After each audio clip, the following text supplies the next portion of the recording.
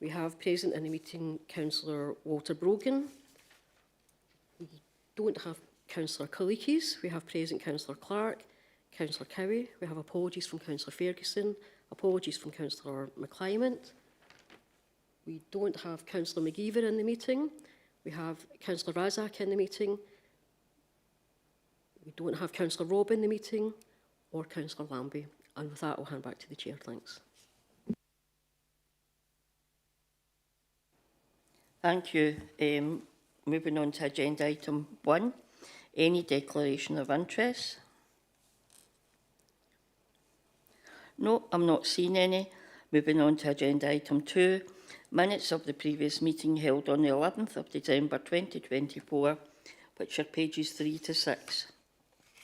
Can I get somebody to second that? I'll approve. Can somebody second that online, please?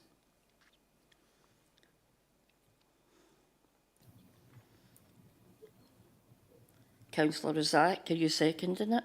Thank you. Yes, I'm seconding it, Chair. Consideration, agenda item 3, council-wide workforce monitoring October to December 2024, which are pages 7 to 28, and can I invite Eileen McPake to speak to this report? Thank you, Chair. So this is the standard workforce monitoring information for the Council covering the period October to December 2024.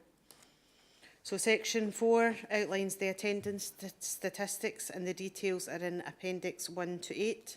So the Council's absence rate for December 2024 was 7.0%, and that's an increase of 0.1% compared to the previous month, and the figure has increased by 0.4% when compared to December 2023. In terms of breakdown across occupational groups, the APT&C absence rate has increased by 0.4%, the teachers' figure has increased by 0.6%, and the manual workers' figure has increased by 0.7%. Taking all those figures into account, the absence rate for the Council is projected for the financial year 24-25 of 5.8%. In terms of reasons for absence, psychological and musculoskeletal conditions remain the main reasons for absence across the Council.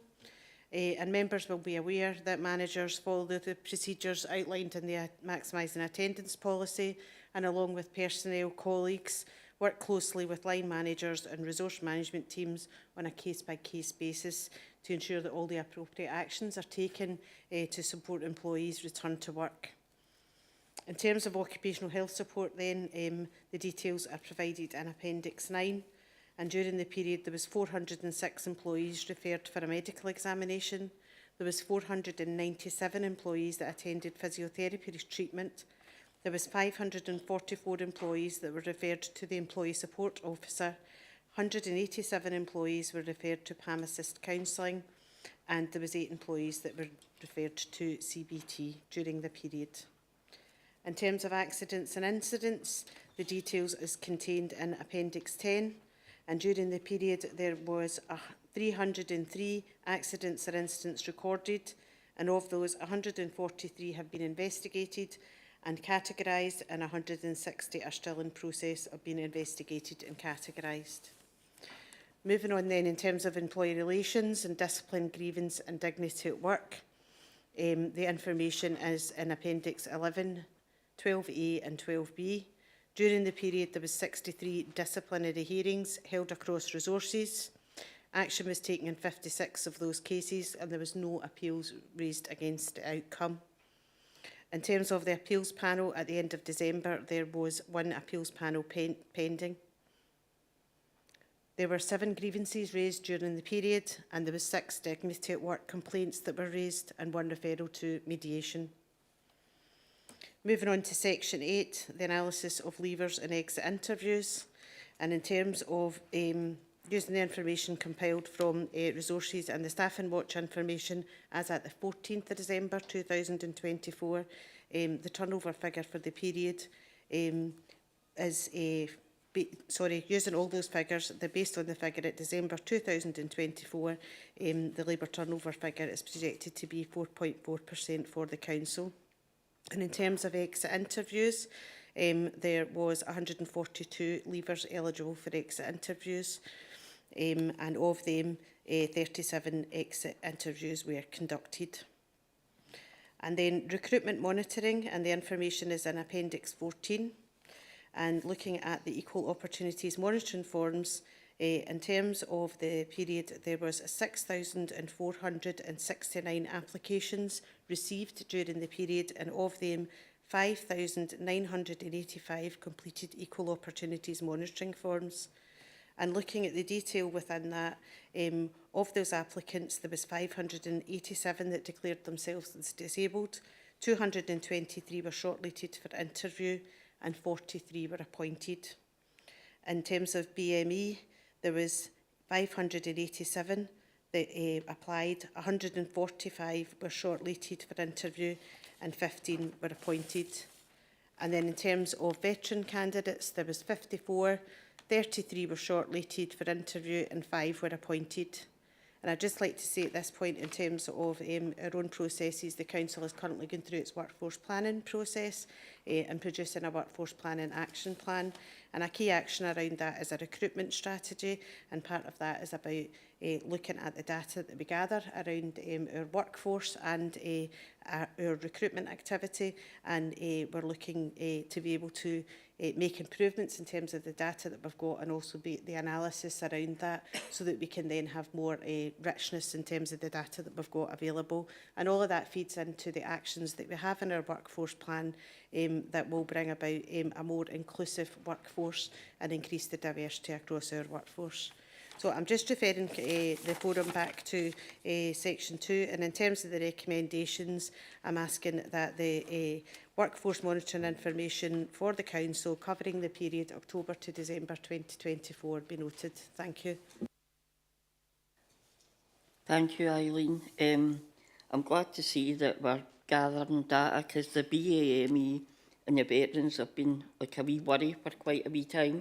So it'll be interesting to see what comes out of that. I'll now open it up for questions. Can't see anybody. So can we agree to note the report? Agreed. Okie dokie, thank you. Moving on to agenda item 4, housing and technical resources. Workforce monitoring, October to December 2024, and it's pages 29 to 36. And can I bring Eileen McPake back in to speak to this report? Thank you, Chair. So this report provides the standard employment information for housing and technical resources covering the period October to December 2024. So section 4.1 outlines the attendance statistics, and the details are in Appendix 1. And the absence rate for the resource for December was 6.2% compared to a council-wide figure of 7%. It's decreased by 0.3% compared to the previous month, and compared to last year, the figure has increased by 0.2%. The projected annual average for the resource is 6.4% compared to a council-wide figure of 5.8%. And as previously mentioned during part of the council-wide update, resource managers continue to follow maximising attendance procedures, and they work with personnel colleagues to ensure that all the supports are in place to enable employees to return to work and that appropriate actions are taken. Section 4.2 to 4.5, the details are in Appendix 2, and the main points are that during the period there was 146 occupational health referrals, there was 20 disciplinary hearings. During the period, there was 1 grievance and 1 dignity at work issue raised.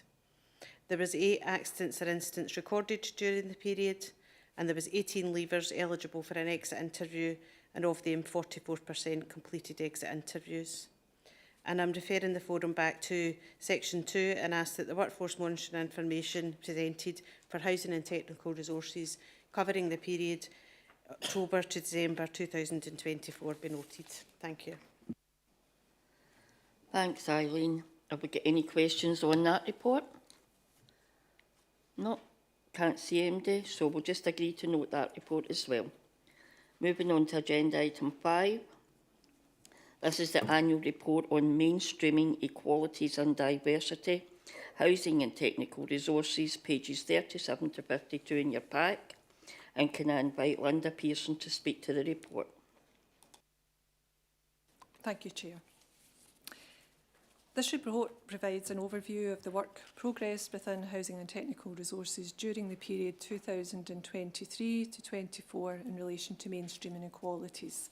The report also sets out key actions to be progressed during 2024-25. In terms of the background, an internal officer group has responsibility within the resource for overseeing the implementation of the resources equality and diversity work plan and for making sure that it aligns with the wider corporate agenda. On an annual basis, we report on our progress in relation to mainstreaming equalities to a range of audiences, and last reported on the period 2022 to 23 to the Equal Opportunities Forum, as it was known then, in November 2023. Moving on to section 4 of the report, national and local policy developments. The report sets out a number of developments which took place during 2023-24, which have relevance to the equality and diversity agenda. To summarise, there were 2 pieces of new legislation proposed and currently making their way through the Scottish Parliament, the Housing Scotland Bill and the Human Rights Bill. The resource has been involved in developing and contributing to responses to consultations that have taken place in relation to these bills and continues to monitor their progress and considers any future changes that might be required to policy and practice as a result of this legislation. The resource also contributed to mid-term reporting on the Council's equality outcomes 2021 to 25. The resource's equality outcome is focused on the prevention of homelessness with actions and measures linking to the Rapid Rehousing Transition Plan and the Local Housing Strategy. It's worth noting that work is underway to prepare the final report on the Council's equality outcomes and to identify new equality outcomes for the period 25 to 29. During 2023-24, we continue to undertake equality impact and Fairer Scotland duty assessments for newer revised policies and strategies, with 5 equality impact assessments and 2 Fairer Scotland duty assessments completed. The details of these are provided in Appendix 1. Another area of progress during the period 23-24 was the development and introduction of the South Lanarkshire Progressive Housing Framework, which is a joint piece of work between Housing and Technical Resources and the South Lanarkshire University Health and Social Care Partnership. Progressive housing is an approach which aims to be responsive to people's changing housing support and care needs over the course of their lives. It aims to promote independent living through the refocusing of operating models in relation to the types of accommodation provided, the location of new housing sites, the way care is provided and the level of support that is delivered. In section 5 of the report, there are a number of areas of work that have been progressed during 2023-24. I won't go through every area progressed in the report, but just to draw your attention to a few.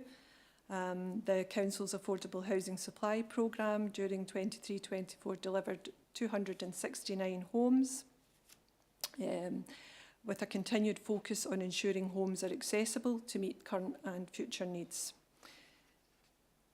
19% of the new council homes delivered were wheelchair accessible, which exceeded the 10% target that was set within the local housing strategy. A total of 1,884 homes were adapted to support people with health condition or disabilities to continue to live independently within their homes without the need for rehousing or moving to a care setting. The resource completed 944 adaptations to council properties, and a further 940 adaptations were completed in private homes through grant funding provided through the Scheme of Assistance. In terms of homelessness, the period 23-24 was a time of unprecedented demand on homelessness services, both locally and nationally, and the resource and partners continue to deliver on Rapid Rehousing Transition Plan objectives, working together to prevent and reduce homelessness as far as possible, while limiting the time that people spent in temporary accommodation. The development and introduction of a new approach to assessing the medical aspect of housing applications was also introduced, a new home and health assessment service. This is a service delivered jointly by Housing Services and the Occupational Therapy Service. My colleague Alison McCallum is here to deliver a presentation on this new service, so I won't say any more around this at the moment. The resource continued to support the delivery of Armed Forces Covenant, building on the principles of the current housing allocation policy, which makes provision for veterans by awarding priority for housing. The resource established a Veterans Armed Forces Housing Inquiries Tracker to help ensure that housing issues pertaining to this equality group are resolved as quickly as possible.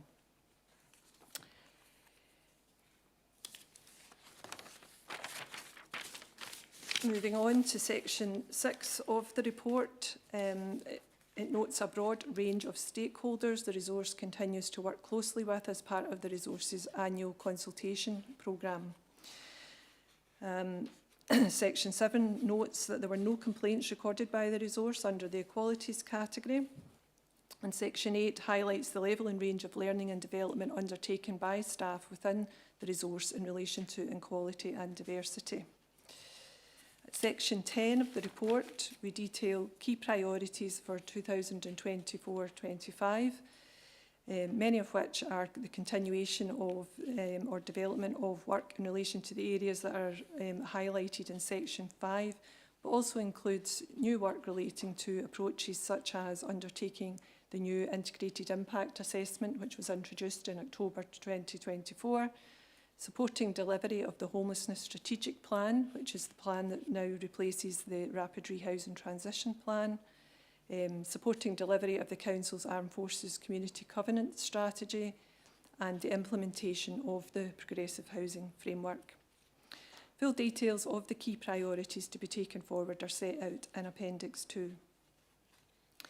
So I would refer back to Section 2 of the report, the recommendations, where we ask the Employee Equalities, Diversity and Inclusion Forum to note the progress made during 2023-24 and the key actions proposed for 2024-25.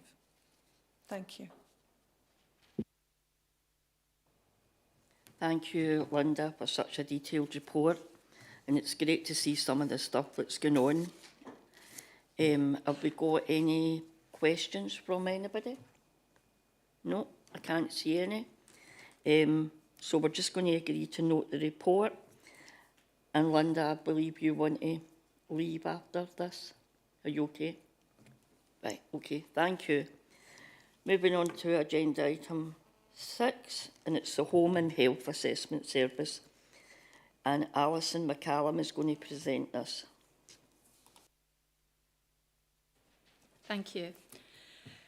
So thanks for inviting me along today to give this presentation on the Home and Health Assessment Service.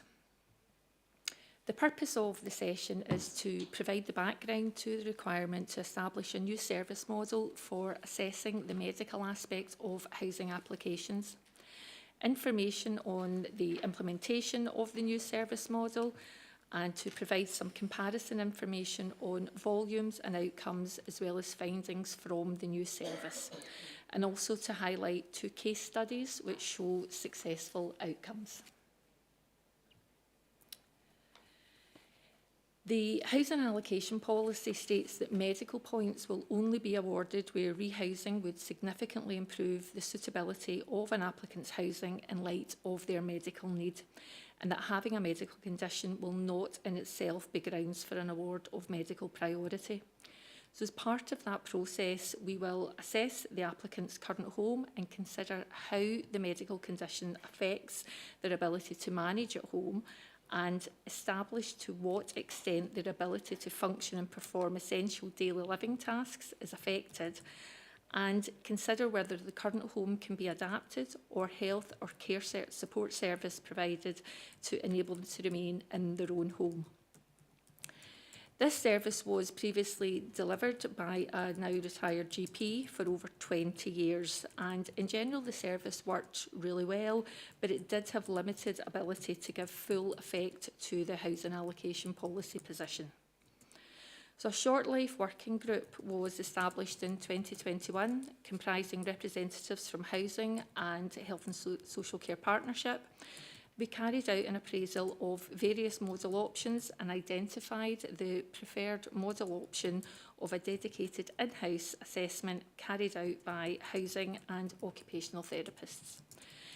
This approach was tested and evaluated during 2023 within East Kilbride and Hamilton localities to ensure that it was fit for purpose. The outcome of the evaluation was positive, and the preferred model was approved by senior management teams within Housing and Health and Social Care Partnership.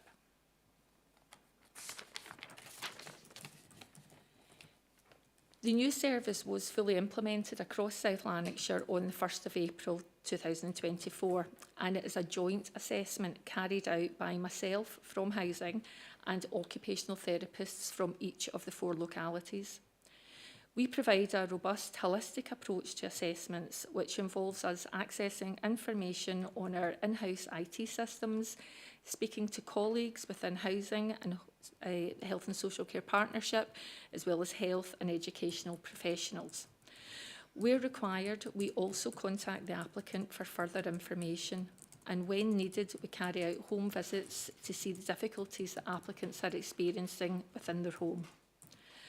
As part of the assessment, we consider the impact of physical health, mental health, and learning and neurodevelopmental conditions. And in addition, we provide advice and signpost applicants on a range of housing and health-related topics, such as antisocial behaviour, repairs, homeless prevention, community alarms, etc. And this holistic approach to carrying out assessments was not available as part of the previous service. The new service is an important part of the progressive housing framework, which sets out how Housing and Health and Social Care Partnership will work together to achieve the 3 outcomes of stay, move and more, which supports people to stay in their own home where it's appropriate to their needs and circumstances, assists people to move to housing which meets their needs and aspirations, and the more objective relates to delivering a wide range of homes through the Council's affordable housing supply programme to meet people's needs.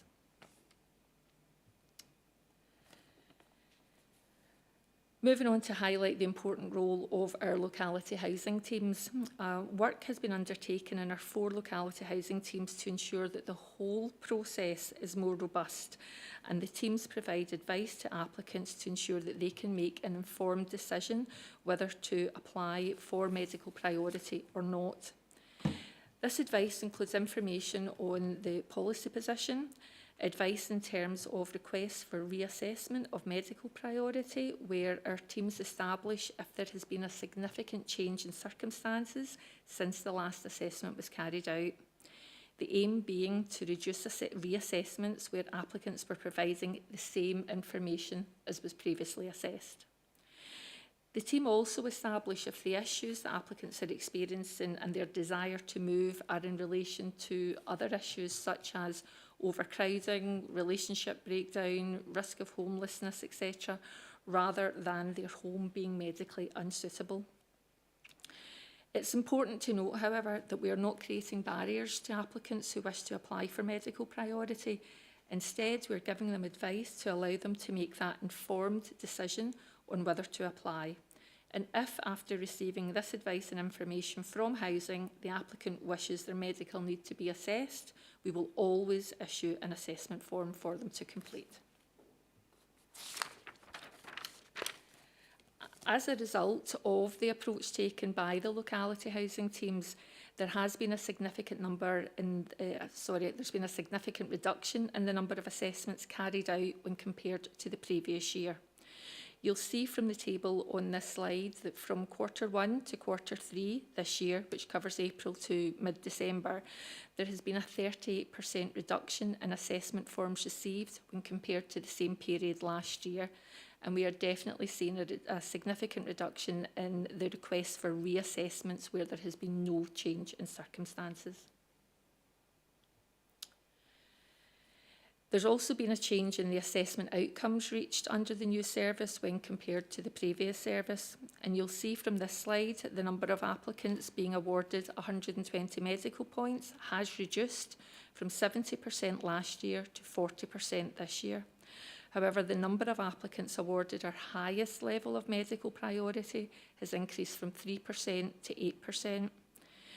This demonstrates that the approach we're adopting in terms of having a new application form which asks more relevant questions, having access to in-house IT systems, speaking to colleagues and health professionals, as well as, when appropriate, calling or visiting applicants, gives us a more accurate understanding of the difficulties the applicant is having, which in turn allows us to make a more accurate decision on whether to award medical priority. The new service demonstrates improved customer service and provides applicants with more detailed advice in terms of the policy position to allow them to make that informed decision when applying for medical points.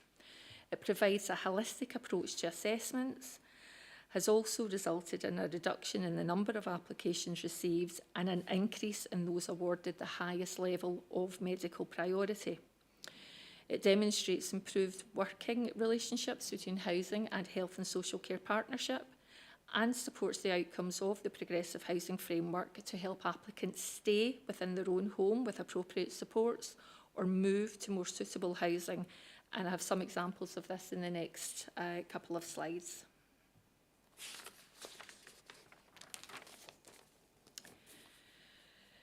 So we received a home and health assessment form from an applicant with multiple health conditions who had recently had a fall at home and had been hospitalised. They had returned home with support of the community alert alarm and significant support from their family. However, as they lived in an upper tenement flat, they were completely housebound and too frail to manage the stairs.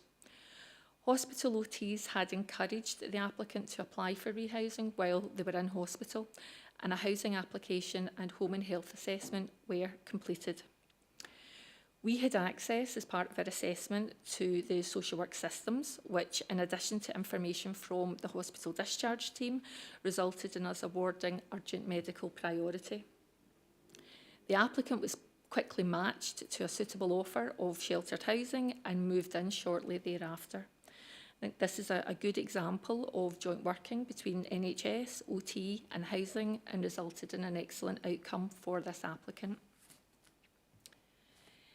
The next case study, we had a home and health assessment form received from a South Lanarkshire Council tenant who lives in a ground floor 4 in a block property, but they were having difficulty accessing the bath within the property, and also there was several external stairs that were proving challenging, and that was to such an extent that the applicant, they were limiting their access to the community, and they needed support from family members to leave their home. As part of our assessment, the OT visited the applicant and carried out an assessment. And as a result of this, external handrails and an accessible shower adaptation were identified as a solution. The applicant was delighted with this outcome, and it allowed them to remain living within their home. Thank you.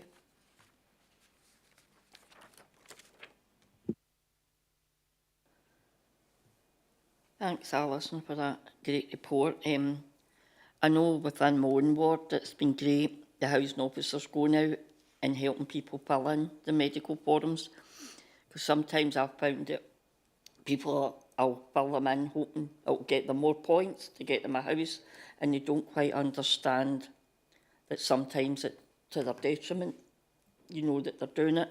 So pleased to see the work that's been done in that. Anybody get any questions? No, I can't see any. So we'll just agree to note that presentation. Agenda item number 7, urgent business, which there is none. So I'm going to close the meeting, but before that, I'd just like to say thank you to everybody for coming along and the presentations that have been given. Thank you.